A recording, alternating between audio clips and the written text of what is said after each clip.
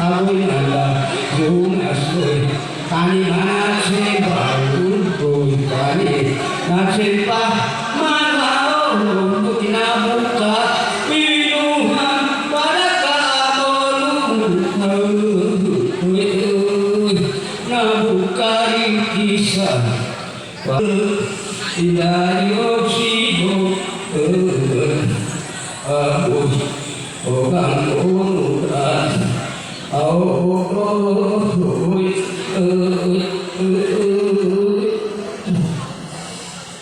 Alexander Pimentel as Dato Punkapunan. In the record of our province history, there arises a chapter given by the profound impact of Governor Alexander Pimentel's unwavering leadership through seasons of challenge and achievement. His steadfast dedication has become the cornerstone upon which our indigenous cultural communities thrive today. Pakiaya is rooted in the Manubo etymology, which defines recognition of one's significant contribution, not only to the development of their lives, as well as empathy on the struggles of the indigenous peoples of Surigao del Sur amidst a strong influx of modernization.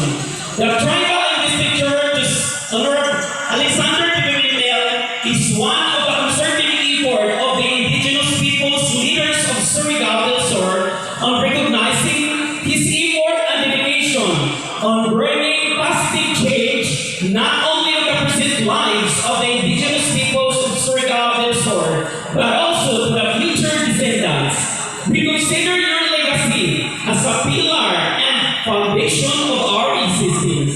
In recognition of this contribution and efforts in providing socio-economic advancement among the three ethno-linguistic groups in Surigao del Sur, he is adopted and named as Dato Kapunan.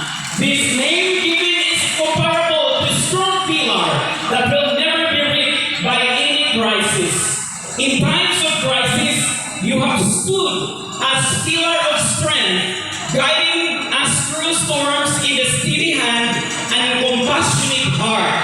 Your resilience mirrors our own, forging bands of trust that transcend the transient challenges of the present, reaching towards a future anchored in hope and possibility. As we gather to express our deepest gratitude, know that your impact extends far beyond the tangible markers of success. It resonates in the smiles of our children with a hope of positive and fruitful in their eyes.